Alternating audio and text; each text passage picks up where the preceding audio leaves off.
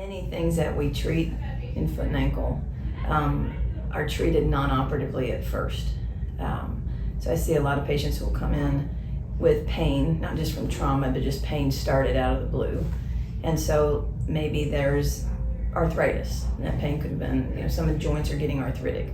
So one of the things we usually would first offer is an injection. We wouldn't jump into surgery right away for something like that, because we would see if an injection, which typically is cortisone, which is like Motrin. So I usually tell people it's like taking a bottle of Motrin and putting it in the joint, and then that lasts inside you for 2 to 3 months rather than 8 hours like a pill does. And so when you do the injection, you see how much response that person gets from that arthritic inflammation. Arthritis is where you're losing cartilage. So something's not really accumulating necessarily besides some inflammation. You're losing cartilage, and then your bones start grinding together more. The injection just helps with that inflammatory reaction. It does not put the cartilage back. So if you're lucky, it lasts for 2 to 3 months. Some people get longer. That's not because the steroid was there. That's just because their body didn't get re-inflamed till they went off and did something. And then they start having more pain after that. And they might do another injection. And sometimes we'll do in a joint 3 to 4 in a year. We try to space it out and use it judiciously in a joint. So arthritis treatment or joint treatment is very different than if someone comes in and they have pain from tendonitis or something called plantar fasciitis, which is a common thing I see. Because tendons don't tolerate steroids around them a lot. It actually weakens the tissue, and you put a steroid around it.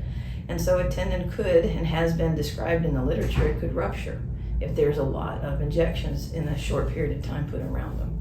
And so we're pretty careful about injecting around tendons. Doesn't mean we don't occasionally, because it can help. It helps decrease inflammation when a tendon starts getting inflamed or angry, and that's called tendonitis.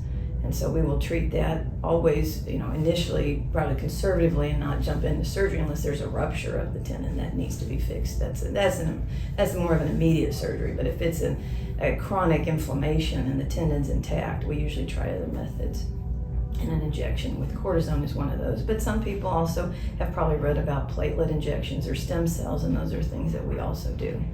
Platelets are your own blood, and it's drawn out, and the blood itself is spun down in a centrifuge machine, and the portion that rises to the top are the platelets, and they are the type of cell that comes on the scene to help the body try to heal itself.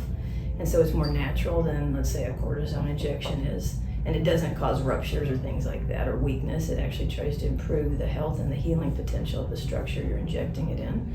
And so we will sometimes inject that around the Achilles tendon or the plantar fascia, which is like a tendon on the bottom of the foot. And I have this, I'm gonna take my foot here. This is the plantar fascia. It's this structure that attaches to the heel, just like the Achilles also attaches to the heel. And we can inject around it or in front of it and underneath to try to improve that healing potential of those structures that are tricky.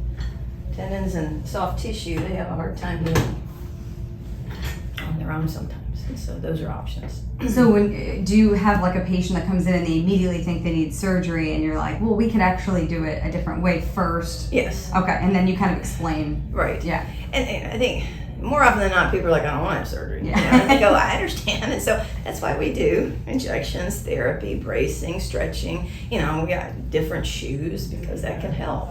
That's the thing about foot and ankle that's great, is that I talk a lot about shoe wear and what it can do for different structures in your foot, for arthritis, for tendonitis, and things like that.